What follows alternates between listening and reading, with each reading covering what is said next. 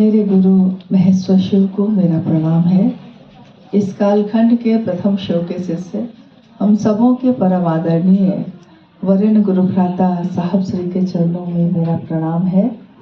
शक्ति स्वरूपा मां नीलम आनंद जी के चरणों में मेरा प्रणाम है और उपवन में साहब श्री के सानिध्य में बैठे सभी गुरु भाई गुरु बहन के चरणों में मेरा प्रणाम है।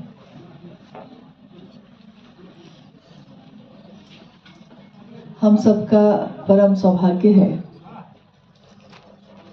इस जीवन में शिव के शिष्य बनने का। शिव की शिष्यता क्रांति नहीं है, एक जागरण है व्यक्ति के मानसिक और आध्यात्मिक तल का।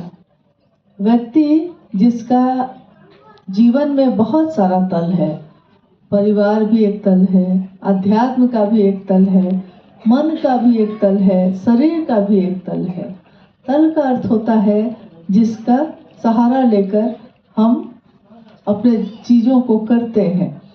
जैसे जीवन का जो तल है शरीर का, तो शारीरिक तल पे कभी हमको पीड़ा मिलती है शरीर में और कभी सुख मिलता है।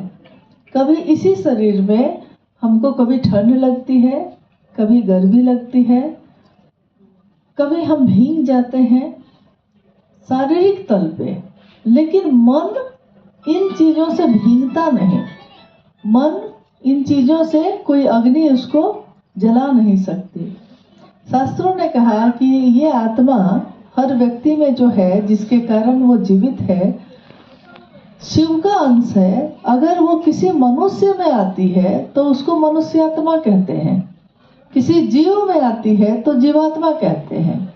और अगर वो परम सत्ता है, परम अक्षय का स्रोत जहाँ है वहाँ जब है, तो उस सत्ता को, उस तल को हम कहते हैं परमात्मा है। वो मन का एक तल होता है। इस मन के तल पे भी हम सुख का अनुभव करते हैं, दुख का अनुभव करते हैं, क्रोध का अनुभव करते हैं, नफरत का भी अनुभव करते हैं।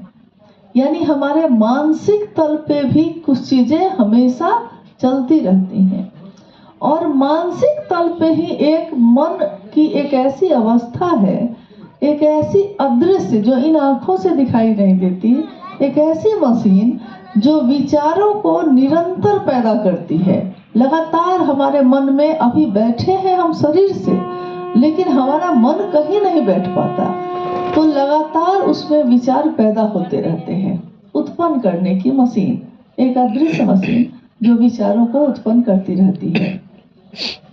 मानसिक तल पे, आध्यात्मिक तल पे, यानी आध्यात्म का जो जगत है वो बहुत सूक्ष्म है, सूक्ष्माति सूक्ष्म है।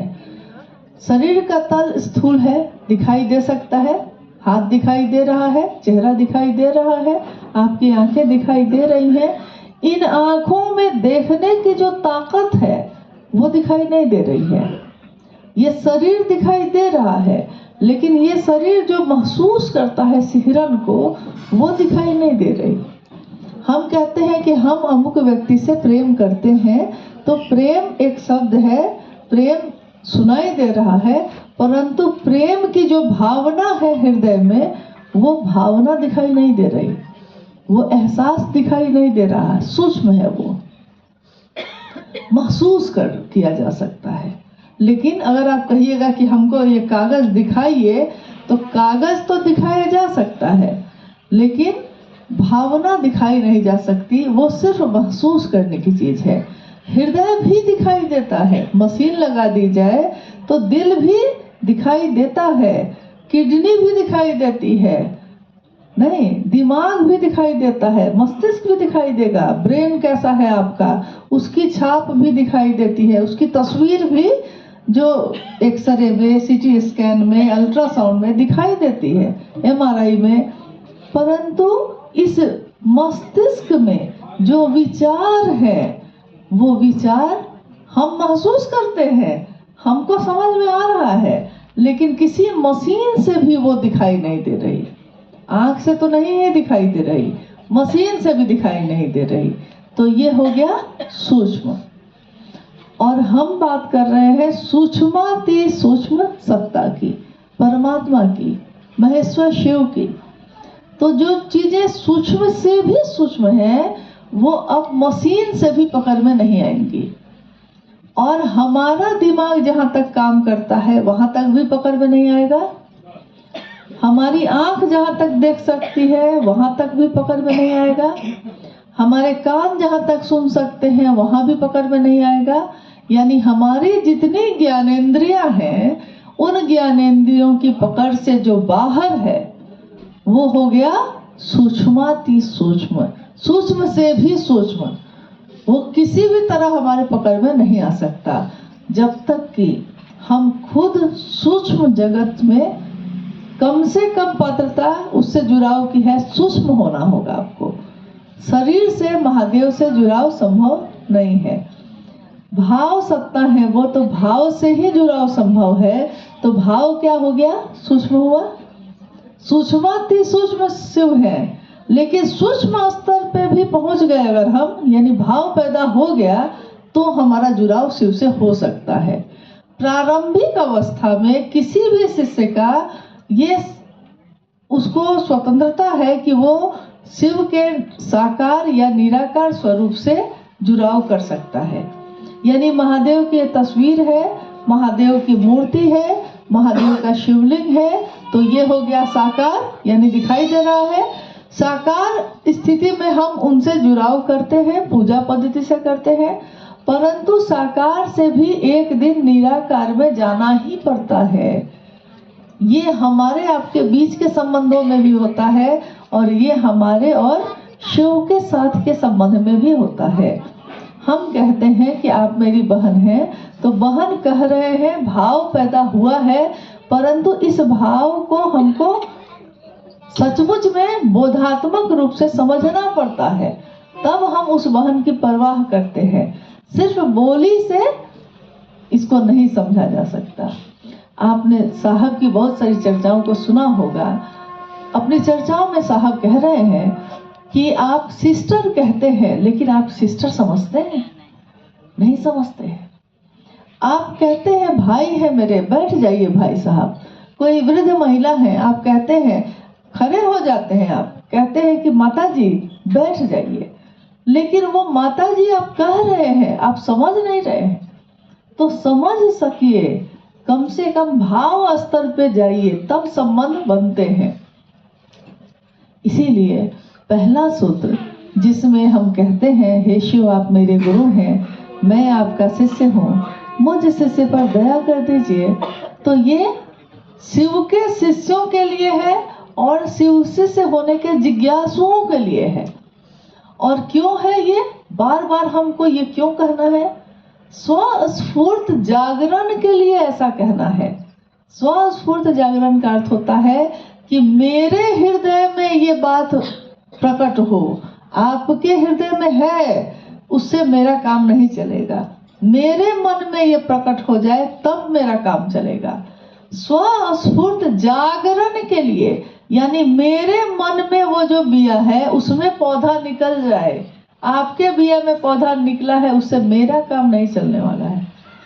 मेरे मन के बिये में भी शिव का भाव प्रकट होना चाहिए। शिष्य भाव प्रकट होने के लिए पहला सूत्र है। और साहब ने कहा कि शिव की शिष्यता का पासवर्ड है ये। जैसे आपके हाथों में मोबाइल फोन है, लेकिन मोबाइल फोन से आप कैलकुलेटर का काम कर सकते हैं, कैलेंडर देख सकते हैं, आप बहुत सारे काम कर सकते हैं, तस्वीरें खींच सकते हैं, आप वीडियो बना सकते हैं, किसी से फोन से बात कर सकते हैं, कोई आपसे बात कर सकता है।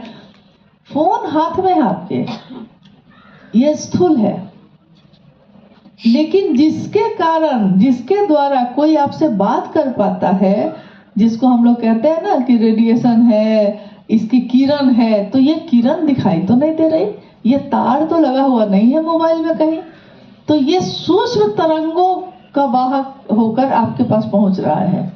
इस पे हमको विश्वास है कि हाँ मोबाइल काम कर रहा है, तो हमको विश्वास है। लेकिन शिव की जो ऊर्जा सूक्ष्म सूक्ष्म है और संचरित हो रही है, उसके लिए हमको प्रमाण चाहिए, हमको सबूत चाहिए। क्योंकि वो हमको दिखाई नहीं देती। तो दिखाई तो ये भी नहीं दे रही, आपके फोन पे बात आप कर पा रहे हैं, कैसे बात कर पा रहे हैं? पहले टेलीफोन था तो उसमें तार था, तो समझा जा सकता था कि तार से जुड़ाव है, लेकिन फोन, मोबाइल फोन में कौन सा जुड़ाव है? और अगर उस मोबाइल फोन में पासवर्ड लगा हो और आपको दे दिया गया है, बहुत कीमती है, बहुत कुछ कर सकते हैं हम उसमें, परंतु उसमें पासवर्ड लगा है, आपके हाथ में है, आप उससे क्या कर सकिएगा?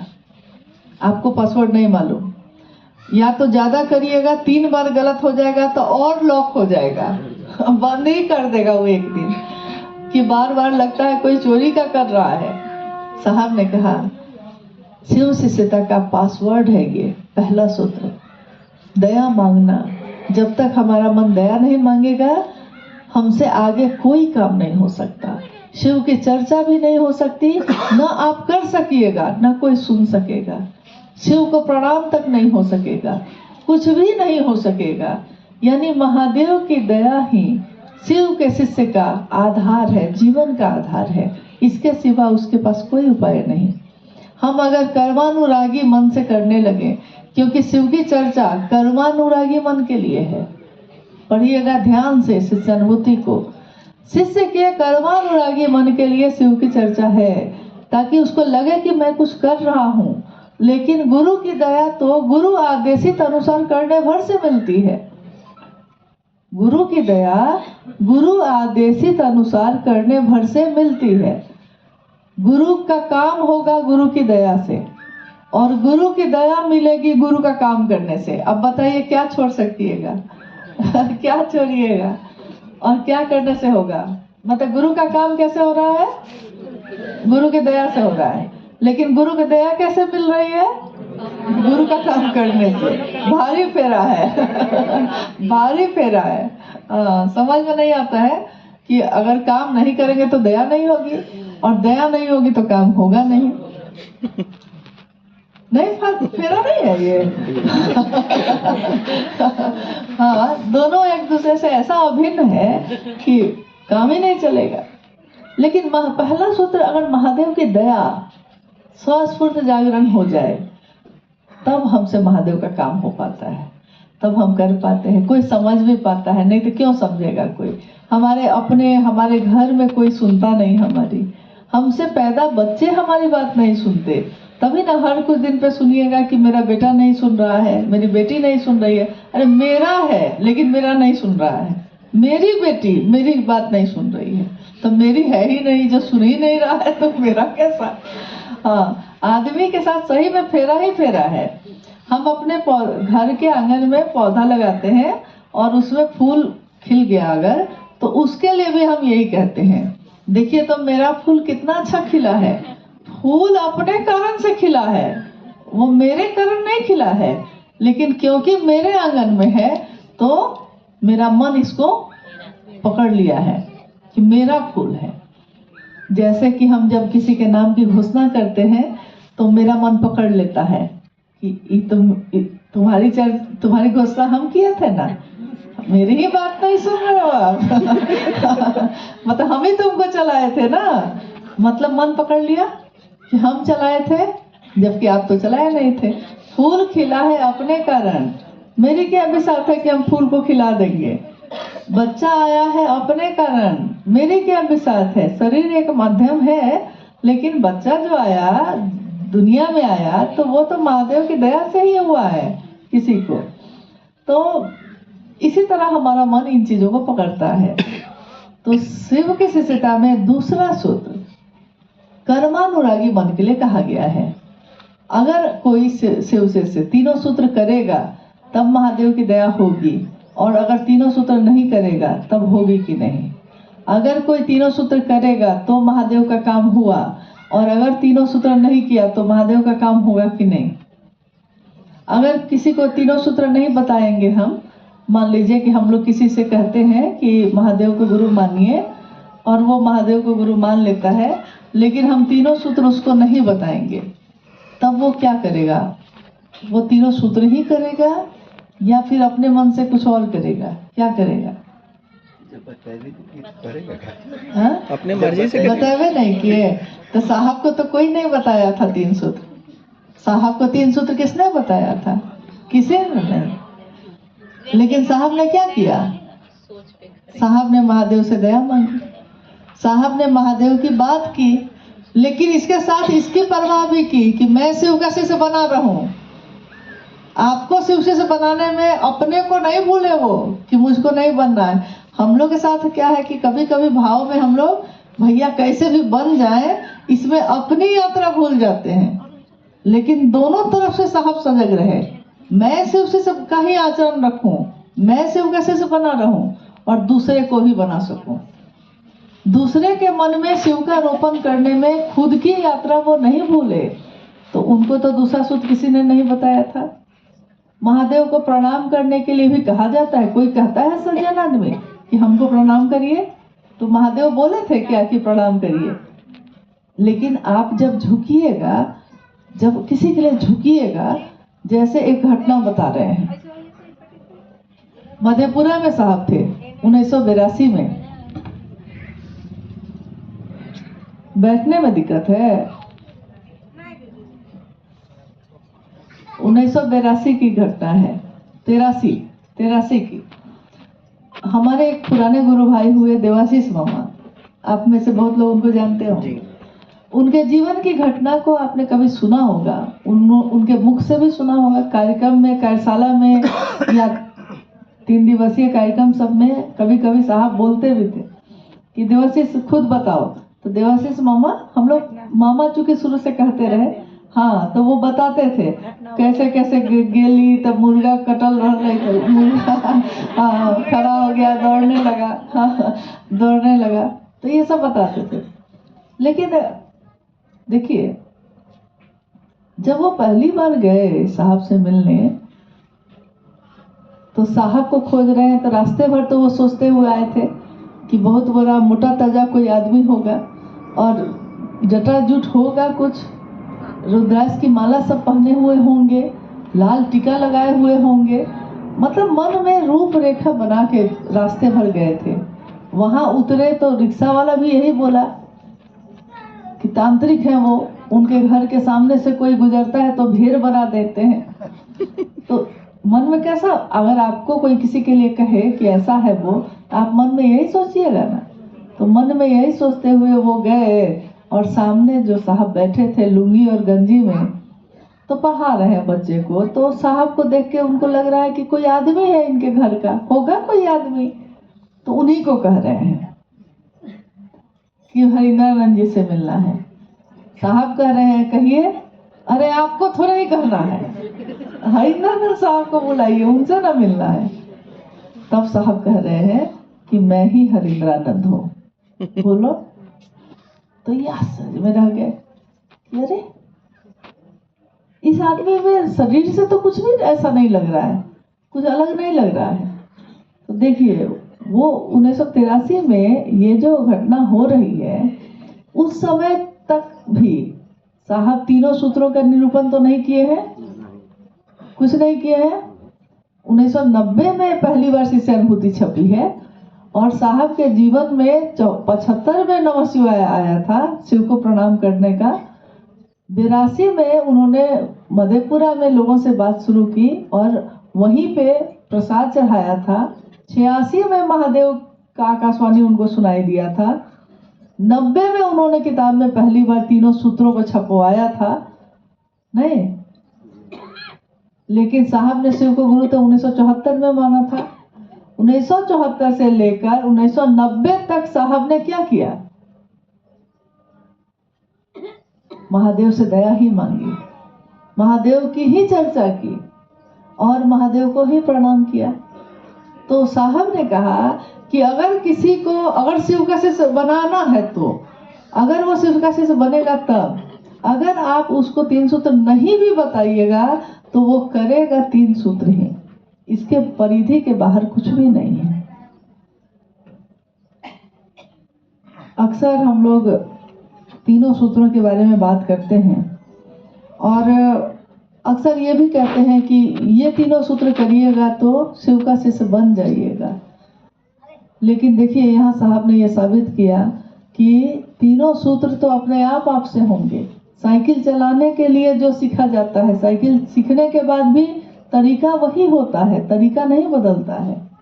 नहीं, अब आप कहिएगा कि एक दुबले पतले व्यक्ति के जो लुंगी गंजी पहन के उस दिन बैठे थे, इनसे मिल रहे थे, उनका मानसिक तल जो रहा है, साहब का जो मानसिक तल है, मेरा भी एक मानसिक तल है, आपका भी एक मानसिक तल है, हम सबका मानसिक तल है। मानसिक शक्ति है ना सबके पास, कुछ ना कुछ शरीर की ताकत है, मन की शक्ति है, आध्यात्मिक ताकत है। कल कुछ लोग जो आए थे उसमें से नालंदा नवादा के कुछ गुरु भाई गुरुवान थे, तो कह रहे थे कि एक व्यक्ति हमारे यहाँ है जो साहब ही बन जा रहे हैं। कह रहे हैं कि मैं ही, साहब ने सब ऊर्जा उनके अंदर डाल दी है। हाँ, कल की बात कर रहे हैं, नवादा नालंदा के लोग थे, तो वहाँ बोले कि एक व्यक्ति है, पुराने ही हैं, लेकिन वो ऐसा कहते हैं या उनके लोग कहते हैं ऐसा कि साहब ने अपनी ताकत उनमें ही डाल दी है, मतलब वही अब साहब है, इसलिए उनसे मिलने उनके डेरा चलिए। तो मैंने उनसे पूछा कि देखिए ये तो बिल्कुल सामान्य सी बात है कि आज करोड़ों लोग शिव के शिष्य हैं, करोड़ों लोगों के दिलों में शिव धड़क रहे हैं, और करोड़ों लोग साहब और दीदी को तो जानते हैं। हो सकता है हमको नहीं जानते हो सकता है आपको नहीं जानते हो, लेकिन वो साहब दीदी को जानता है, महादेव को तो जानता ही है। किसकी बात पे चल रहा है? तो जो बैठे हैं उनकी बात पे क्यों नहीं चल रहा है? अगर वही साहब है तो, अगर ताकत है तो मेरे बात पे क्यों नहीं चल रहा है? आपकी बात पे क्यों नहीं चल रहा है? आप तीनों सूत्र छोड़ दीजिए तब, क्योंकि ये साहब का दिया हुआ है। तो जब तीनों सूत्रों की बात हम बताएंगे कहीं, तो हम तो यही बोलेंगे कि साहब का दिया हुआ है। तो साहब का जो दिया हुआ है, अगर आप साहब से ही परहेज करके खुद को साहब बनाइएगा, तो सबसे पहले आपको छोड़ना होगा वो तीनों सूत्र ही, और आपको अपना कोई सूत्र देना होगा। और देकर देखिए कि कितने लोग आपकी बात मानते हैं। देकर देखिए, मान जाए तो बहुत अच्छी बात है। शिव गुरु हैं, हम उनके शिष्य बन सकते हैं। शिव तो गुरु थे ही, और दुनिया में कुछ शिव के शिष्य हुए भी, लेकिन बीच में इतनी गहरी खाई है और कोई जाने आने का रास्ता नहीं है, कोई बताने वाला भी नहीं आया कभी आज तक। हजारों साल के इतिहास में किसी ने नहीं बताया। तो इस खाई पे पुल किसने बनाया? साहब ने बनाया है। तो भाई ये तो कोई अगर कहता है तो ये उसकी सबसे बड़ी मूर्खता है। अगर मैं ये कहूँ तो सबसे बड़ी मूर्ख मैं हूँ, दुनिया नहीं। ये मेरी मूर्खता है कि कोई अगर मन में भ्रम भी ये पाल लेता है तो ये उसकी मूर्खता है।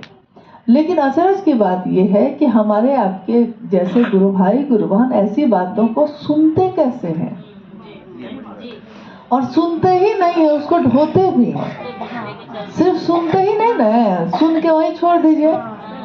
नहीं, एक आश्रम में एक गुरुजी के शिष्य लोग जो था, तो गुरुजी नियम बनाए थे।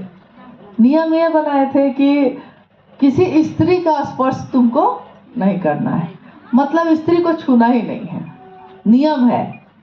अगर ये नियम टूटा तुम मेरा शिष्य नहीं होगा। एक बार भिक्षाटन के लिए 2 शिष्य उनके गए थे। दोनों शिष्य जब लौट रहा था तो बारिश होने लगी। नदी के किनारे अब वो लोग पहुंचा उस पार जाने के लिए, तो देखा कि एक नवयुवती भीगते हुए थरथरा रही है और नदी के किनारे खड़ी है। कहीं दूर दूर तक कोई नहीं है। तो एक शिष्य ने कहा कि मन में सोचा कि अरे वो नवयुवती है, स्त्री है, हमको तो उसके परछाई के पास भी नहीं जाना है, नहीं तो गुरुजी की शिष्यता तो चली जाएगी। और दूसरे ने सोचा ही नहीं, उसको लगा कि एक इंसान है, आपदा में पड़ा हुआ है। तो हाँ, तो बोला कि क्या बात है? तो उस नवयुवती ने कहा कि जी नदी उस पार गांव है मेरा, लेकिन इतनी तेज बारिश हो गई कि नाव वाले लोग भी चले गए हैं और हमको डर लग रहा है, नदी में जाएंगे डूब जाएंगे। तो वो उससे बोला कि अरे इसमें चिंता की क्या बात है, मेरे पीठ पे आ जाओ, मेरे पीठ पे चढ़ जाओ पीछे से, हम तुमको पार करा देते हैं। अब दूसरा शिष्य जो है उसको उंगली से, हाँ क्या कर रहा है, क्या कर रहा है तुम क्या कर रहा है, तो करने लगा, लेकिन ये उसकी बात ही नहीं सुन रहा है। ये नवयुवती उसके पीठ पे पकड़ के चढ़ गई और वो नदी पार करा दिया तैरते हुए, उसको उतारा, चल दिया। लेकिन दूसरा जो शिष्य था वो तो गुरुजी पहुंच रास्ते भर उसके दिमाग में तो यही चल रहा था कि कैसे पहुंचे कि इसकी शिकायत करे, आए तो शिष्यता से इनको निकाल बाहर करेंगे सोचते हुए गया। तो जब वहां पहुंचे तो गुरुजी को बोला, गुरुजी देखिए इसने क्या किया। गुरु ने पूछा क्या किया, तो बोला कि आपने कहा था कि स्त्री का स्पर्श भी नहीं करना, और ये स्पर्श की बात तो दूर है, तो पूरा अपने पीठ पे ही लाद के लेके आया। हाँ, पूरा नदी भीगते हुए पूरा वर्णन किया कि कैसे कैसे हुआ, पूरा वर्णन किया, क्योंकि जाकी रही भावना जैसी, वो तो प्रभु की मूरत को भी देखी वैसी। गुरु ने पूछा पहले शिष्य से कि तुमको मना किया था, क्यों किया ऐसा? तो उन्होंने कहा, शिष्य ने कहा कि अरे गुरुजी ये तो मैंने सोचा ही नहीं कि वो स्त्री है। तो गुरु ने पूछा कि मैंने कहा था स्त्री का स्पर्श नहीं करना, तो तुमको नहीं करना चाहिए। शिष्य ने कहा कि लेकिन मैं ये सोचता गुरुजी तब ना कि स्त्री है, मुझको तो लगा कि एक इंसान है और विपत्ति में पड़ी हुई है, तो मैं तो उसको पीठ पर वहीं उतारा और चला आया। मेरा तो ये दोष है, इसका ये जो है ये तो अभी तक लादे हुए है, मैं तो छूकर भी नहीं छुआ, लेकिन ये तो छूता ही रहा इसका क्या होगा? वही हाल है हम लोग का। हाँ, पहले तो ये बात है, सेवका शिष्य जो होगा वो एक निष्ठ होगा, कृतज्ञ होगा साहब और दीदी के लिए, और कभी भी इससे विपरीत बात वो सुनेगा ही नहीं, चाहे उसके पिता भी क्यों ना बोलते हो, सुनेगा। और अगर सुन भी लिया तो निपटारा वहीं करके आएगा, धो के नहीं आएगा कि वो तो वहीं कर दिया और तुम जो है यहाँ तक लेके आ गया। अच्छा चलिए, अब आप लोग जो सब कोई आए हैं बख्तियारपुर से हैं, बख्तियारपुर से कौन है? आप लोग तीनों हैं। सिवान से अकेले आए हैं आप?